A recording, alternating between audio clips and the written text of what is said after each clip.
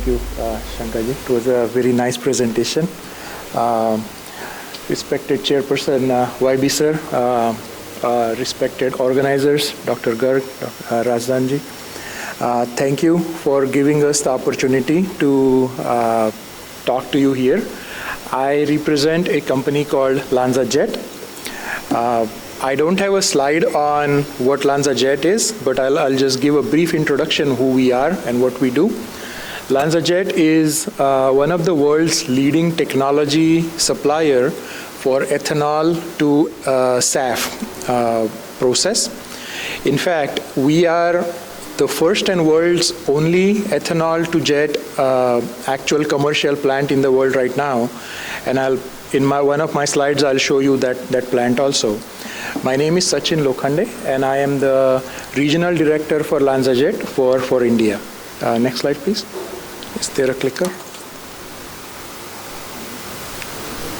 Okay. So I like to start with this, this slide because it gives us an idea of what size of market we are looking at, right?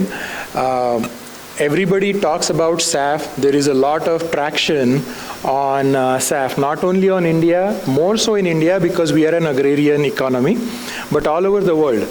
So I just wanted to show you in terms of money, in terms of dollars, what is the market size. So our company's bread and butter is SAF, so obviously we are very invested in finding out what the market is, finding out where the market is growing. So this comes from that research. So we expect that over the next 5 years, the market for SAF will grow to about $20 billion US, and that's a CAGR of more than 60%. I don't know which industry has seen such a robust growth in the recent past, but we are definitely hoping that based on the technology we have developed and we are commercializing, at least as a technology provider, we are ready to support the industry to accomplish those numbers. So why are we seeing this growth in the SAF industry, right? One is the global aviation market as a whole is growing, and we in India are the biggest witness to the growth in the aviation industry, right? I live in Pune, and just to put in perspective, there are about 28 daily non-stop flights between Pune and Delhi, and to this date, I have not seen a single empty seat in any of these planes. So that's the growth we are seeing, and I'm sure this is true with all the routes all over India. So the growth in aviation is the biggest factor. But along with the growth in aviation, there is an increased realization that aviation industry is one of the larger contributors of the pollutions, and the layer of atmosphere where it pollutes, it becomes very difficult to mitigate that pollution. And that's why there is an increasing concern about the environmental impact of the aviation industry. And then the government regulations that want to control it and that want to give it a direction so that we don't mimic what happened in the Industrial Revolution after the World Wars, that the industry just grew to meet the demand, and without much attention being paid to the environment, this happened in the West. So we don't want to mimic that again. And then third aspect is that there is a growing industrial consensus that SAF is the ideal substitute for petroleum jet, not only because it can be made from sustainable product, but the feedstock is right there, the technology is there, and the customers, the governments, all the stakeholders are already on board to making it happen. So specifically talking about aviation industry, as I mentioned earlier, aviation is one of the hardest industries to decarbonize because the pollution we are leaving in the atmosphere is at such a level that you cannot do carbon capture, you cannot do anything based on what the aircraft are emitting. So there are a few levers. These are again being studied by the industry, not only the aircraft manufacturers, the airlines, and the consumer groups, and of course the refiners, that you can increase operational efficiencies of the aircraft engines, but then it is very limited by its nature because there are thousands of aircrafts flying all over the world right now. Even if the aircraft manufacturers and the engine manufacturers were to put out engines new engines today, how long will it take us to replace all the aircrafts and all the engines all over the world? So even though it's on paper, it looks like a good option, in reality, we cannot really rely on that to decarbonize aviation. Then the second option is advanced technology, right? And then I work in the aviation and the SAF industry, so I participate in discussions. I'm in the audience that, hydrogen-powered aircraft and, electric, battery-powered aircraft.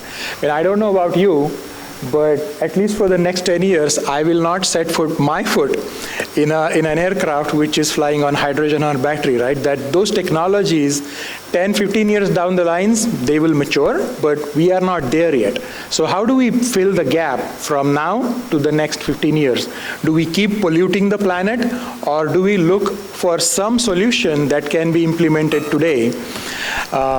Which, in my opinion, I work in SAF, so my view may be a little bit one-sided, but I think I made my case enough for you also to make that judgment that SAF is the nearest solution that we can bring to decarbonize aviation, which is the hardest industry to decarbonize. So just to give you an idea, the global market, what are we really talking about, right? So these are, I myself cannot read there. So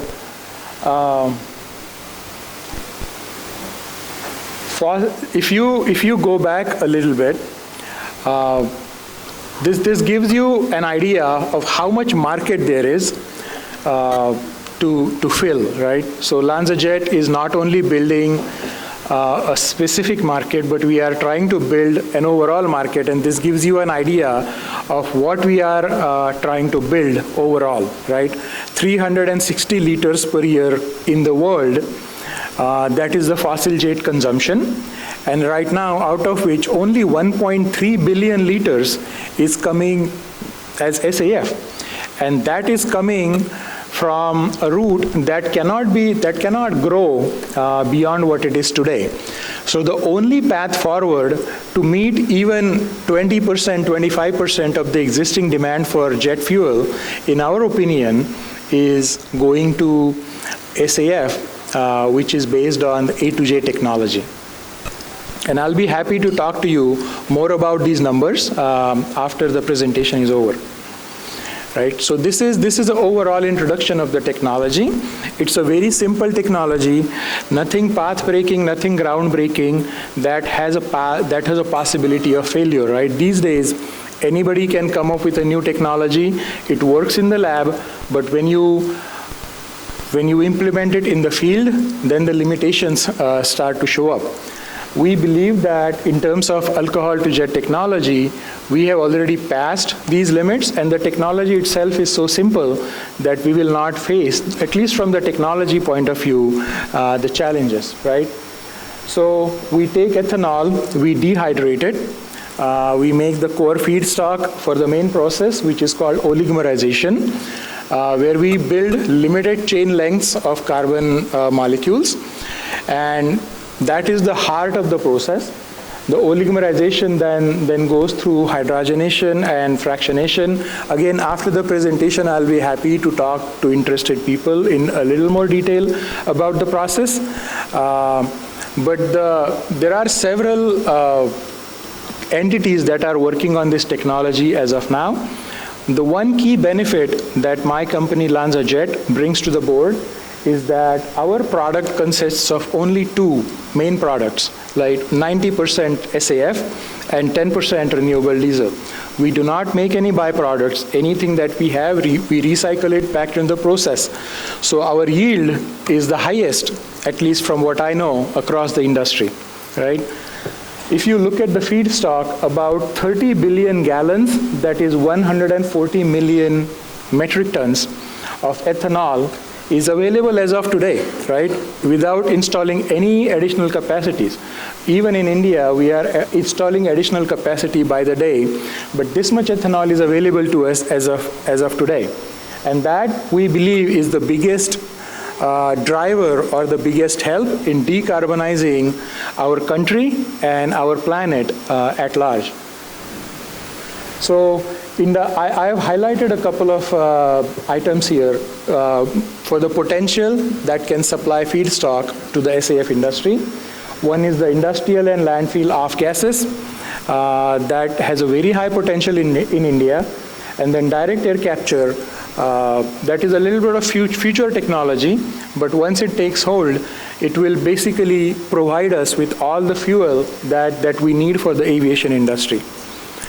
So again, touching upon the wider availability of feedstock that we can use for the A2J technology, the industrial off gases, the woody biomass, the municipal waste that unfortunately we have a lot in India.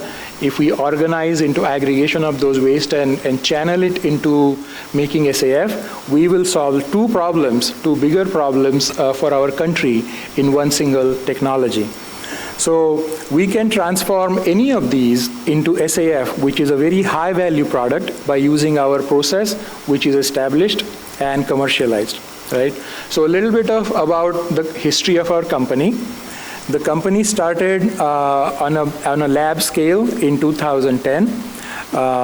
Then we built our demo plant between 2014 and 2016 with the help of Department of Energy in the US. We obtained ASTM approvals and ran commercial flights using the fuel that was made in our pilot plant around 2020. And at which point we made a decision that instead of only selling the technology to the willing operators all over the world, we decided to build our own plant, right? That's the plant that is owned by LanzaJet.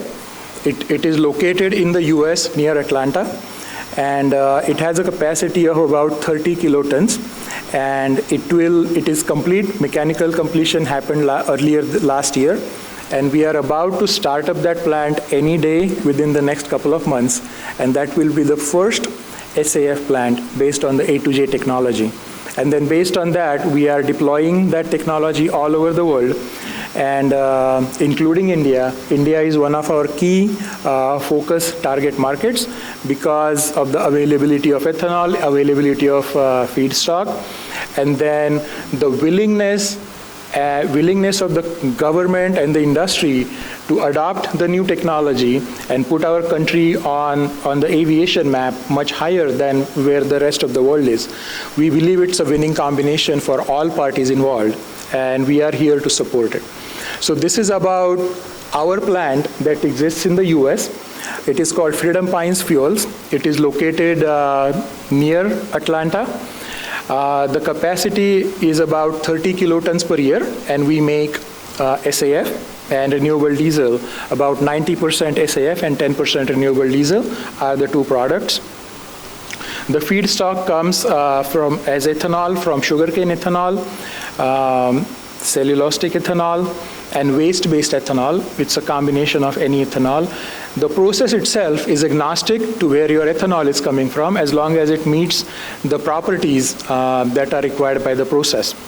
This plant, as I said, is complete. It will start making SAF in the next month or so. And we are trying to deploy it at several places all over the world, including India, where there is a very high interest and traction, both from the PSUs and private players, right? So we saw, when we were commercializing our SAF and A2J technology, we saw a greater need to have something as a combined product offering, and that is what Circulair is, right? So LanzaTech, which is our parent organization, they essentially take your pollution and convert it into ethanol. And then we, LanzaJet, we are a spin-off from LanzaTech, by the way.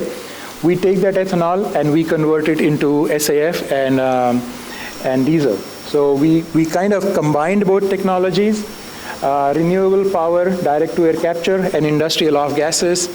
I circled it because of the discussions we had yesterday. I see a lot of potential for adopting these technologies for our Indian context. and create a very high-value product, which is sustainable aviation fuel. I'll be happy to talk to you more after this. So having technology is only one piece of the puzzle, and we believe that we have solved that piece of the puzzle. But as everybody in this room and on the dais will tell, that technology is only one small part in the whole ecosystem. We also need support in terms of policy, bringing all the users together, educating the consumers, right? Because when you talk to the airlines, they don't want to pay a dime. All the airlines all over the world, including India, work on a very, very thin margin, right? We believe that they are rich companies, but they are not. Especially with respect to fuel, which is their largest expenditure, they are very sensitive. So now suddenly I am making a product which is environmentally friendly, which helps the farmers, it helps everything, but then it costs 3 times as much. No airline is going to buy it, right? So that's why we need help from policymakers to help the airlines, to help the technology suppliers like ourselves, and ultimately a small burden of it is going to go on the flyers, the consumers. In an economy like India, where aviation as a sector is just increasing, right? We are placing largest orders for aircraft. Now suddenly, if the tickets for your air travel start to increase by 2-fold and 3-folds, that industry is going to die. So it's not that we can just introduce fuel and ask the airlines to buy fuels that cost 3 or 3 times more. So it's going to be a very combined effort from all the stakeholders that we see on this slide, right? Funding. There is a lot of capital in the world right now which are specifically interested in funding green projects, because everybody has realized that the industrial revolutions of the past decades have really hurt our planet, and we are trying to do a kind of a reverse. But then again, all of these entities need to come together if we want to have a sustainable solution that not only works for one stakeholder on this slide, but it works for everybody, right? And we as a technology supplier are here to support and do our small part. So again, LanzaJet is best positioned to meet the aviation industry's current and future carbon reduction goals. And we have this robust technology and the willingness to support the customers. The customers can come from the government, PSUs, airlines. We are here to support you. And with that, I'll finish my presentation. Thank you again for the opportunity to make this presentation. Thank you.